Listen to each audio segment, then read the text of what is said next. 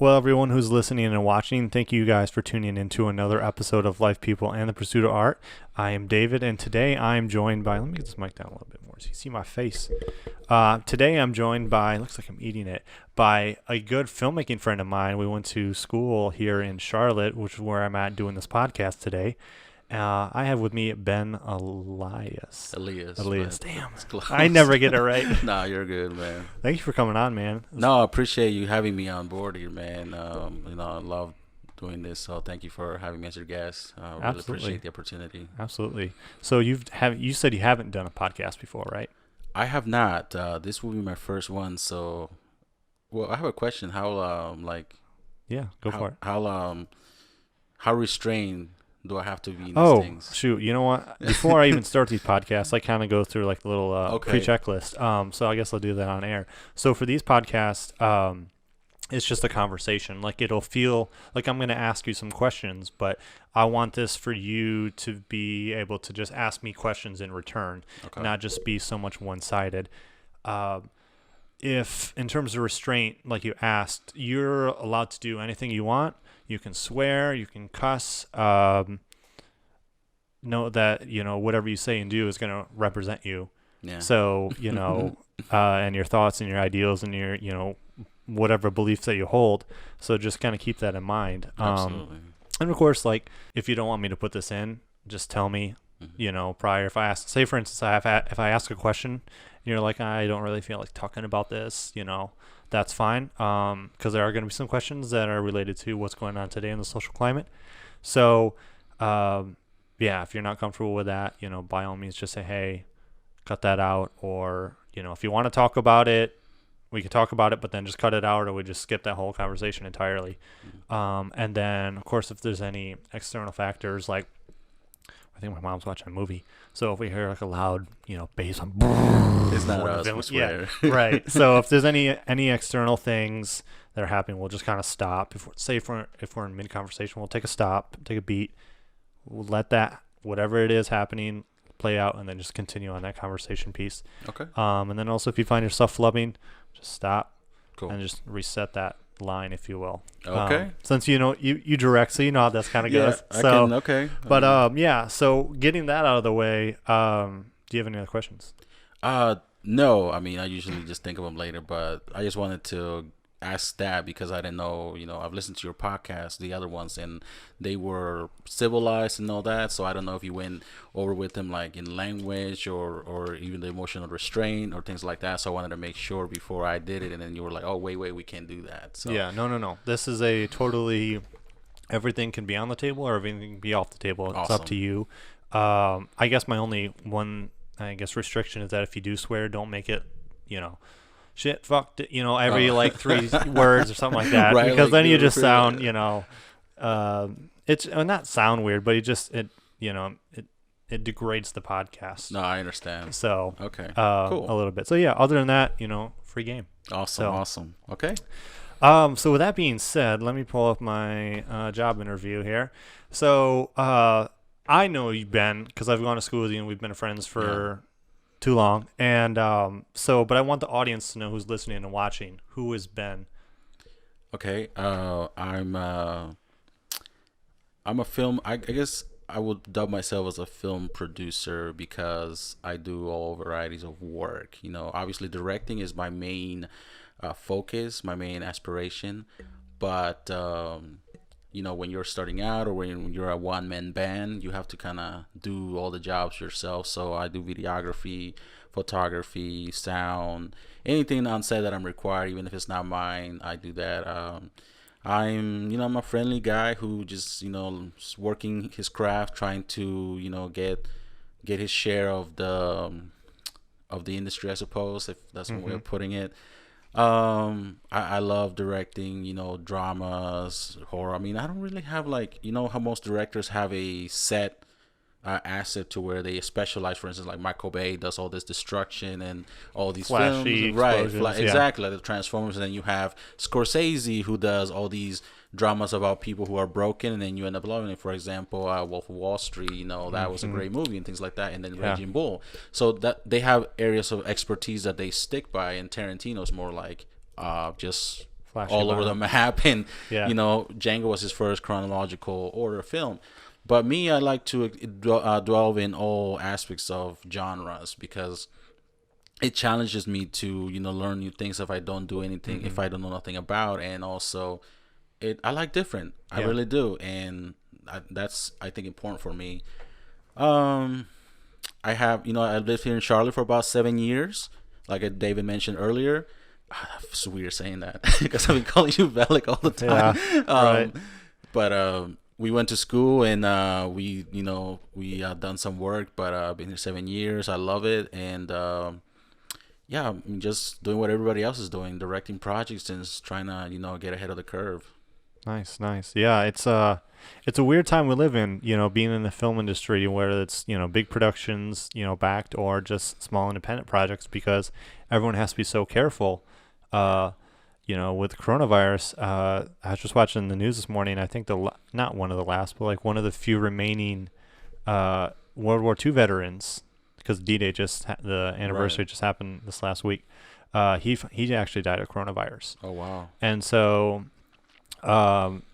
you have to be careful with how you go back into production, because it's so easily transmittable if you're not careful. Right. And I think the scary thing is that you can have it but not show symptoms and still spread it.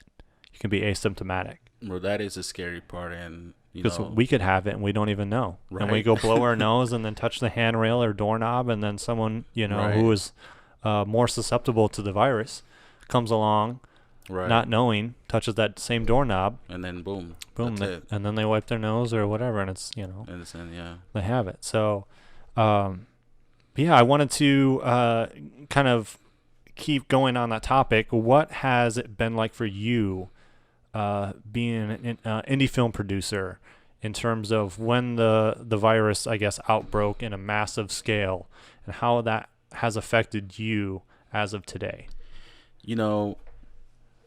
That has impacted me, massively, not in terms of emotionally, on an emotional level, but more so as an enthusiastic level, because before all of this even came to fruition, I was in line to direct all these projects. I still do, but I secured all these, gigs to, direct and film myself. And also I'm producing a short film as well as a horror thriller. And in February, I was, all hands on deck. I was going to be all over the place. My time was going to be constrained, and everything was going almost perfect for me, because I have all these gigs, and the series that I'm doing, we're taking it to the next level. We're having all these sponsors come in and all that. I can't release much. And so we were like, yes, we got the script, we got the talent. Let's shoot the episode. We want to shoot one each month, contingent on everyone's availability. So by this time, we would have at least 4 or 5 episodes shot. Mm-hmm. But then, unfortunately, the virus hit, and Yeah. everything just had to be placed on hold. The clients were understanding. It's something out of our control, but for me, it's like, oh man, I was like this close, and Right. and even I don't think I was the only one. I think there were multiple people that felt that way, like they Yeah. were on the verge of attaining greatness or achieving something better than what they were doing before. And then here comes 2020 with the virus, psych, and bam, Right. knocked back down. Yeah. And we're like, and I'm like, oh man, like what? Obviously, I took a step back and looked at the bigger picture. Maybe there's a reason, that, maybe this would have happened. Like, obviously, not everybody wanted it to, but maybe we could have taken a step back. Maybe, sometimes things happen and because to prevent something bigger. And I guess for me, I would say that maybe along the lines, I was maybe set up to either fail or endure something major that will even set me further back. Yeah. So I looked at it that way. So maybe, let's just take a step back, let's relax, because I was all 5 gears, man. Yeah. Like going in. So I was pumped, projects everywhere, series, films, and then talking with a major producer in Charlotte as well, who wanted his film to be shot because they had an artist show up at the station where the series is taking place. So we talked to him, and he's like, I'm interested in shooting a short film for this client, and you know, he was a big cheese. So there's a lot of money behind that. Yeah, not like, you know, millions, not Hollywood money, right? Not Hollywood money, but it was definitely, if you know, if we were to keep going with the conversation, it was gonna be one of my biggest projects to either film or direct. So nice. But you know, I'm not dwelling much like, oh, you know, angry at, you know, at the virus or anything like that. It's just more like, well, you know, at least thankful for what we do have. So I do have, you know, everything's still on hold, so the clients didn't pull back, so we're still good. Yeah, well, good. I'm glad. You know, that it was just minor setbacks versus total catastrophe for you, because I know it's been total catastrophe for other people. I can't imagine, like, you know, the gig workers in Atlanta and just Georgia, where they've basically just moved their whole life, and, you know, they were working, and then boom, it stops. Right. And then they're in total jeopardy for a whole year. And it's not like they can go, I mean, I guess they could, but initially they can't just go out and get a job because everything's closed. Right. Bars are closed, restaurants are closed. Yeah, they're doing, you know, delivery, Postmates, Grubhub, you know, things like that. And so, yeah, I can't imagine. Right. And it's not the stress. Right. The freelancers, I read something about an article online about that too, how they were the most impacted in terms of in our industry, because of basically what you just said, but also, you know, don't forget about the other people that literally are not in any industry at all and they're just trying to survive. Right. So, yeah. So I'm grateful because I still have a job, so I work from home. Yeah. So I have a full-time job, so I can't really say like, man, it's tough. Because, what is it that you do? I can say vaguely. So what I do right now is, because of the virus, I take pre-screen applicants who are seeking assistance for their rent. Okay. So people call me from the state of Idaho and they say, I'm looking for rent because I'm, you know, I haven't worked in so many months and I'm about to be evicted. Okay. So all I do is just take down the information and submit it to the major office who actually reviews them and contacts them to see if they qualify. Okay. And you've been working on that since you left the TV station, right? I've been doing that, yes, I've been there a year now. Okay. So the TV station was it was a good experience. I think that was my first taste of, you know, I guess the actual industry, but it was more, you know, television is, news is all scripted and set. There's hardly any room for creativity because it's just delivering information to the public. Yeah. You're not trying to tell something, trying to tell a story with images, you know, how production, how film is, you know, show, don't tell, or cinematography. No, it's all just basic and make sure they're good, they're exposed well, and that's it. Yeah. You know, and we did some moves with the cameras, but they're robotics, however, or they were robotics, but it was a good experience for me. I think getting to know that realm of the industry was interesting because it is a new avenue that maybe later in the future I can explore more, and I can use that, you know, towards my craft and, you know, involve it more. What capacity were you working at the TV station, and what channel was it? It was Channel 9 WSOC TV. Okay. I was what they call the technical operator in the studio, operating the cameras with the talent.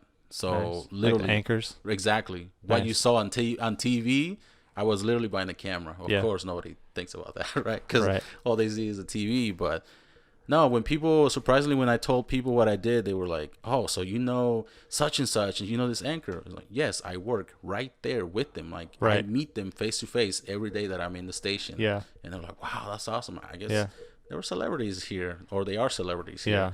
So, which is great. But that's my major involvement in the station with them. So I know we've talked about previously North Cac. So tell me a bit more about season 2 and where you guys are at with production. Okay. Season 2, well, you have to watch season 1, but we are in the completion stages of the first episode. Again, because we were supposed to be done with that several months ago. And that's that show you're talking about, 3-4 episodes deep. Right. In terms of shooting. Okay. Exactly. that was the plan, but we're going to complete this episode soon. I'm actually filming a scene after this. Well, after we He's a busy visit man. our old place, after we visit our old hangout. Billy's. Hey, you know it. So we have that, and then one more scene that we are trying to get filmed, hopefully next weekend. But that is our progress. We are intending to hold a live viewing where we're going to invite, a number of people. We just have to wait until it's okay to have, a lot of people. Right. So, and it also, I think, is by case, really. But that's our progress for now. And then, again, from here on out, it's just shooting as much as we're able to. Yeah. And then once the whole coronavirus, subsides and everything, starts to settle, then we can hit the ground running again. Gotcha. What are you guys shooting tonight, or is that classified? No. Tonight it's a memorial scene. What happened in the last episode? Someone, didn't make it, so we're just having a memorial scene today. I remember. How did they pass away? Were they shot, killed, natural causes?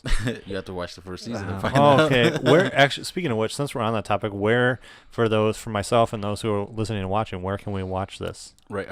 It's on YouTube. It's called the Plug Network. I do want to clarify. I've only started on season 2, so season 1 I didn't have any part in it. Okay. So I was actually just brought on to begin season 2. Go ahead. I'm sorry. No, but season 1 basically sets up all the precedents for everything that's going to happen in the further, I think, 6 seasons that are coming up. Gotcha. And then you're directing season 2. I'm okay. Directing. There's the creator. He's the writer as well. But we spoke, and he actually held an interview with me, along with the main star of the show, the promotions manager, and of course the executive producer. I thought it was a meet and greet when I went. He said, "Hey, we spoken through Facebook," and he's like, "Hey, can you come to the station for a meeting? Meet and greet." And okay, great. And we talked and everything, and I basically just say what I'm about, and I got the gig there. Nice. So he's like, "Well, hey man, I'm cool. So you're the director." So dope. I'm like, there you "Hey," so Next I'm thing good you with know, that, right? hang out with Steven Spielberg. Us, we're trying to get there. So, but that's my main project for now. But also, like I mentioned earlier, I am open to other, other projects. So I still do my own shorts because I film one at least every year. Nice. I was aiming to film at least 3, but coronavirus. Yeah. Have you seen that Cardi B video? I have not. Oh my gosh. I have not seen. It's crazy. And so Cardi, you know who Cardi is, right? Yes. Okay, yeah. So she's like, "Oh my God, coronavirus, shit getting real," and this guy, he takes these videos and like has a keyboard and like an electric keyboard, and he like starts making these little songs to it. I can't pull. It's so deep in someone's text message thread, but I'll find this video and show it to you. It's so funny, dude. Wow. Great. I think it's one of the good memes that came out of this virus. Anyway. Side story. So, you were talking about short films and how you still want to do those. I was on Instagram, and one of the pictures you posted was of a forest. Yes. And so, tell me about that and what that all means. So that is a location I've scouted for my short that I was set to begin production in April, called Remembrance. Is the one I mentioned earlier. It's a thriller horror mystery film that I'm going to produce, and I've actually been scouting other locations, getting the props together, and also having rehearsals over Zoom about that. So those were pretty fun. This is probably going to be my a big project for me in terms of production value, and also what the outcome is. I would like it to be. So one of the experience I've had is that in Greensboro, there's this group called the Try Film Collaborative, whom we made films with, and they screened our shorts on a movie theater. Nice. An actual movie theater. Popcorn and everything. Well, you had to buy that, but yes. Was there any ticket sales, or was it just kind of a free event? Here's the thing. There was, however, a huge snowstorm, descended upon the town. So I was everywhere. Sounds like the start of a movie. Right. A snowstorm descended on the town. Right. And not everybody that wanted to come out was unable to because they were stuck at home. Yeah. But there was at least 30 people there that showed up, and they were ticket sales. However, we didn't, get much. But the fact that, I saw my film in that big screen, man. It's a whole different experience. Absolutely. I felt, man, I wanted to shed tears, man. Yeah. Like, oh my God, like that's me right there. I had my main actors beside me and one of my main cameramen. Nice. I'm like, this feels amazing. Right. Like I endure a lot during that film with, scheduling conflicts, not having props together and getting crew. But dude, anybody that says after all that and you watch your film it's so worth it, it's the truth, because it was all the stress, all the troubles, all the anxiety of stuff you're dealing with on set and in post. It's just falls away when your audience is there, your talent's there, your crew is there, just there. They're just like, oh my gosh, and it's on the big screen. So exactly. So I was thrilled. I was, I was really excited about that. And that's one of the things I wanted to do with this film is to, have that chance again to have it viewed in a major screen and have all these people come out, which is why, the promotions manager from NorCAC is also assisting me with this so we can create, that create that traction for it. Yeah. And have, and have that experience again because I really enjoyed it. It's awesome, man. And then you also get to make a little bit of money doing it. So exactly. What more could you ask for? Exactly. So that's beginning production. We have a tentative date to begin on July 11th. I believe is the weekend after July 4th, Independence Day. So I want to get that out of the way, but that's going to be our tentative date to begin production on a few of the scenes. So yeah, I'm really excited about that, and I got to balance that with NorCAC, and then of course shooting all these other. I have 2 music videos that I'm contract to shoot, so I'll be doing that, and I have a full-time job. So there you go, busy man. Forget the virus. It's like it's not even here. And going back to that, I saw a meme from a Futurama character. I don't know his name, but he's like, not sure. But the meme said, not sure if everybody's overreacting to the virus or I'm underreacting. And I'm like, I felt like that. I'm like, wow, am I really underreacting to this, or should I be overreacting like everybody else? But that was one of the good memes that came out too. There's this. I think it's an Academy Award-winning movie. It's called Corona Zombies. I've never heard of that. Neither have I.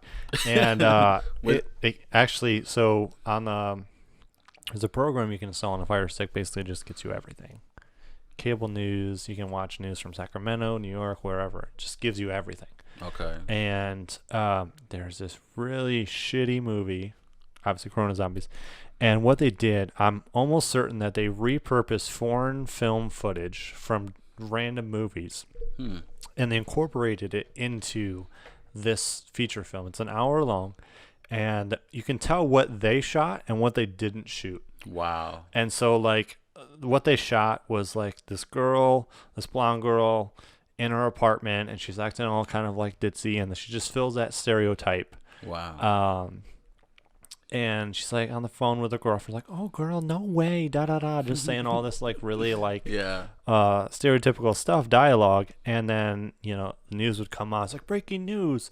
It starts to talk about the coronavirus and how it's spreading on a large scale. And then it breaks again, and it says that there's zombies breaking out from coronavirus. Wow. And it shows like these B-roll clips that they shot themselves in like these low budget locations, and like they're just like the makeup is so bad they just paint someone's face gray or blue, and then they call that a zombie. I mean, there were some other zombies that they used from the repurposed footage that actually had some decent makeup, but like it was still cheesy. Right. And so it's awful. But they just throw quibs in there. They throw some clips from press conferences of Donald J. Trump talking about the coronavirus as a political satire there. Wow. And then they use like a lot of like Uber Eats, Grubhub references And there's just so much, man, and it's just it's so bad. But it's just one of Really? those things that, like, you get those like horrible cult classics like Sharknado. Like, Oh, okay. logically Well, speaking, like, it's a dumb movie, but like Right. everyone loves it. They love to hate it.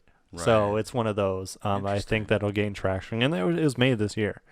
Hmm. So it's from like Full Moon Features, and I went on Instagram, and they do some decent stuff. Okay. So they're kind of in that boat of like Sharknado, Interesting. making shitty movies that people love. Wow. No, I have not heard of that. So But with everything that's happening, of course, somebody would, yeah, tap on that. So. but okay. So I want to stick on the subject of short films. Tell me a bit, and I don't know what time we're at, but tell me a bit about The Entity. So it was 5 till noon. Okay. In my Yeah. So like on Instagram, I went looking, and there's YouTube. The Entity. Tell me about the origin story of that. you talking about my short film? Yeah, the short Oh, film. yes, Entity. yes. Yeah. Um. And then also, what's your infatuation with the woods? Yeah. Right. I'm kidding. No, that's a great question. Well, for one, it's the attraction to the woods always gives you an eerie vibe. It depends on how you shoot it for horror films and all that. But True. also for production, from the production standpoint, you don't have to really pay much. Yeah, it's free. You can just say it's free. It's free. Listen, so, man, we shot. I know how that is. But the origin of Entity originated from like a short story. I forgot the main author. I think Edgar Allan Poe. Did he write the Black Death or Mask of the Red Death? Something like that. You're asking the wrong guy. Oh well. I'm not versed in. So Poe literature.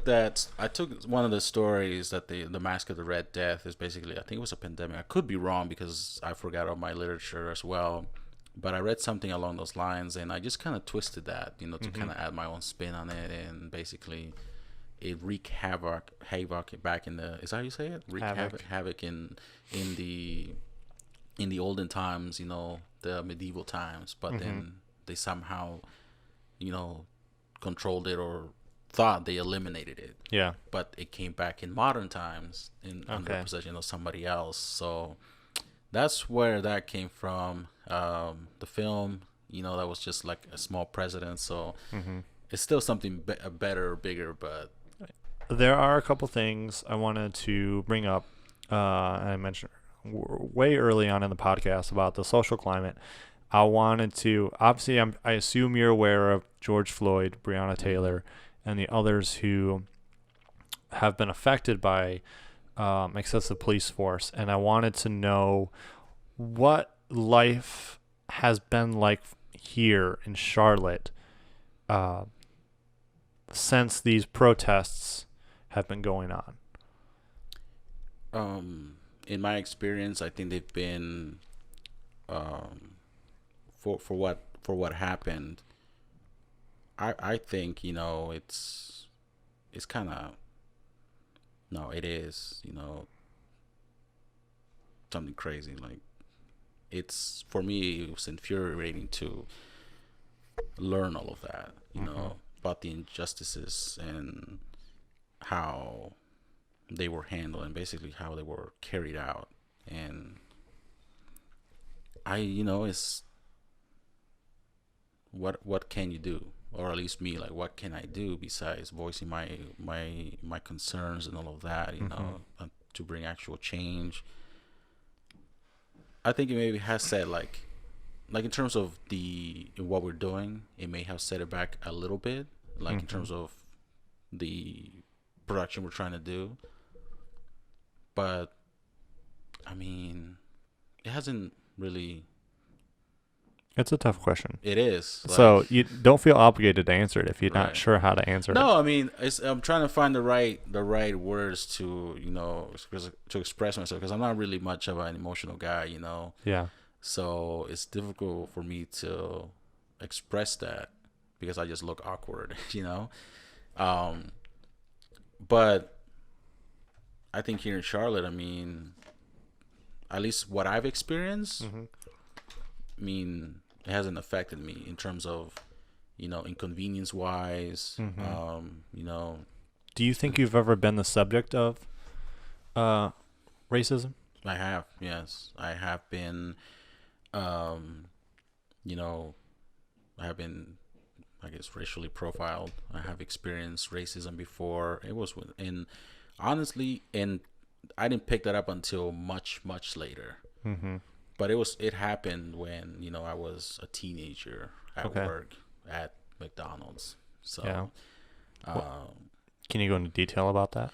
if I remember correctly, I think this lady, I was working in, she said something along the lines like, "Oh, but I think, I don't remember exactly, but I think she called me like a racial slur or an offensive term."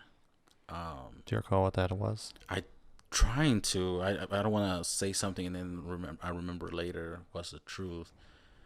But I do know this. After that, she became a little nicer towards me. Mm-hmm. So I felt like there was something, because I felt that strange. Yeah. So When you say nicer, did you feel her become more, I guess, become more kind, like going through, like whether she was taking an order in the lobby or drive-through, or just was she a frequent customer? well, no, we worked together. Oh, okay, Right. got it. So Okay. yeah, Sorry. we worked together. I worked on the grill, and she was there, and I'm trying to remember what she called me. But I know she was, racist towards me. Okay. But I don't know if somebody noticed or she noticed, and then maybe felt like, oh shoot, I made a mistake. Mm-hmm. But after that, it was like, being helpful and saying I'm sorry, like when she's in my way or something like that. Uh-huh. Before it was just like, just plain ignoring me, Mm-hmm. and yeah, I didn't let that bother me because again, people can have many different things to why they're feeling. But after that, she called me. Then I went back, and then I realized, wait, I think that lady was racist towards me, but I Yeah. didn't catch on it at that time because again, I wasn't really Mm-hmm. Thinking about that. right. How did when you realized that moment? What were your thoughts? What were your feelings? And then like, how did you reflect on that? I was like, I felt, I felt a little furious because, I mean, why was there a reason to be that, Mm-hmm. But then I didn't pick up on it, I mean, and back then, I think the subject wasn't as touchy as it is now either. So this happened way back in when I was still in high school, so around 2005 or 7. Okay. So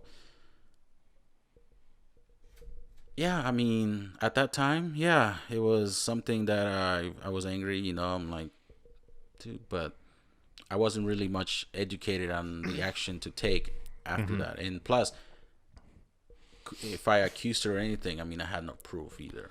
True. So it's not like I could say, hey, she was racist towards me, and they were like, well, when did that happen or how? And Yeah. so it's like, oh wow, just move on. Yeah. Yeah. It's a shame. That's your action. You just have to move on. Yeah. You tell the energy of the conversation has No. severely changed. But I think that's a good thing because I think topics like these are things that we need to talk about more and more. Right. And starting to get goosebumps just thinking about it. It's becoming not just a national thing. Right. Like it's become a worldwide thing. I think other countries, England, people are protesting. Other countries who, are experiencing that or just show support or want to show support are protesting this. I don't know if you saw, but they painted the street that leads straight to the White House with the words Black Lives Matter. Yeah, I saw that. And I think that's so profound, and I think that's a huge message. And, I think it's become a point. I think and all 50 states have protested. Right. Right. I don't know about the territories, but the states have. And it's become to the point where it's like you can no longer. You can't ignore. You can't ignore this anymore. It's like before, some people had the attitude of sweeping under the rug and that's it. Or it's like, oh, I'm sorry, and little tap on the, on the shoulder, and then, are we good? But it wasn't really good. It was just that nobody else really acknowledged it as much as they are now. So they were just let go, Yeah. And all of this, I believe is rightfully warranted. I mean, you know, because we too, you know, as the Latino community have experienced, you know, unfairness and racism. I mean, the thing with the children in the cages when they were moving here, you know, I mean, that was, you know, that was infuriating and Yeah. really, uh, you know, just out of order. So, but you know, I think at the time, you know, to voice our opinions, especially us, we were really, I think we are under the belief that we can't because of fear of deportation or fear of legal action against us. You know what I mean? So the majority of the Latino community live under those perceptions that we cannot voice our opinions or voice our concerns, our frustrations, our, Yeah. you know, all of that, because they can just turn around and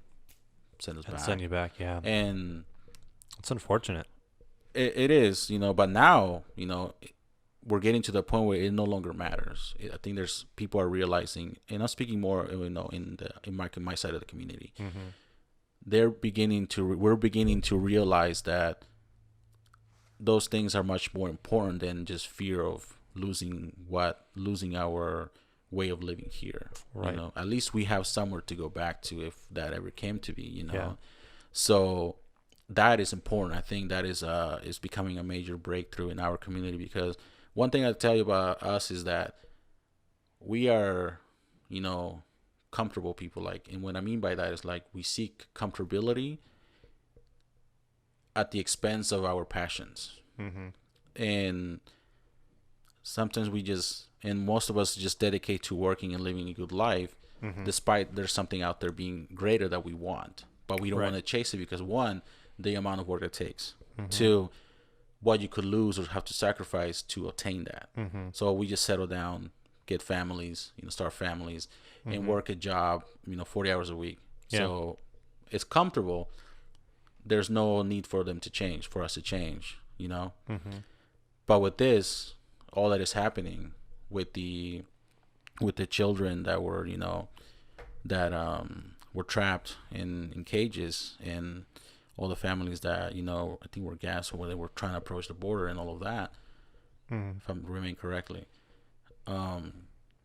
It's becoming clear to us that we cannot stay in that level of comfortability anymore. Yeah. Like, we have to come out at some point.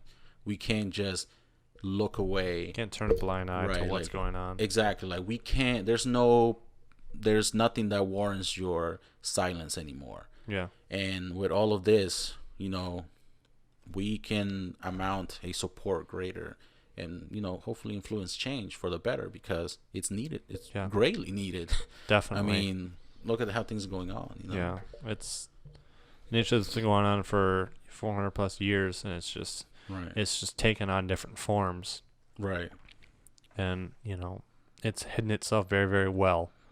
Exactly. In society. Right. Everybody, I think, just wants to have the freedom to go anywhere at any time without fear of something happening. Right. You know, and that's work for everybody. You know, that is for all the people that live here in the United States. You know, of colors and all of that. It's not just one. It's everybody. You know, to be able to go into any time, any place, and, you know, just go do your business and not be profiled or anything. Right. To look over your shoulder. Exactly. You know, anything. Exactly. Yeah. That's the goal. That's the goal. That's unity. The unity, yes, the humanity of it all. It shouldn't be that hard to obtain. True, we believe the same too. Like, it's exactly. Right. So exactly. It's just, you know, we have to change the narrative. We have to rise, and we have to, you know, we just got to do what's right. Exactly. I think people have to stop, you know, looking the other way. And in terms of in the Hispanic community, I'm actually, you know, that's happening. I'm grateful for that, and really proud that, you know, these people that were, you know, indulging in their comfortable lives are beginning to have the perception of risking that for something better, for something greater. Exactly. And greater than just themselves. Exactly. And for everyone. So we can all live at peace and, you know, amongst each other. Like it should be. Like it should be. Well, Ben, I just want to take the time to I guess I want to wrap this up a little bit because I'm getting hungry.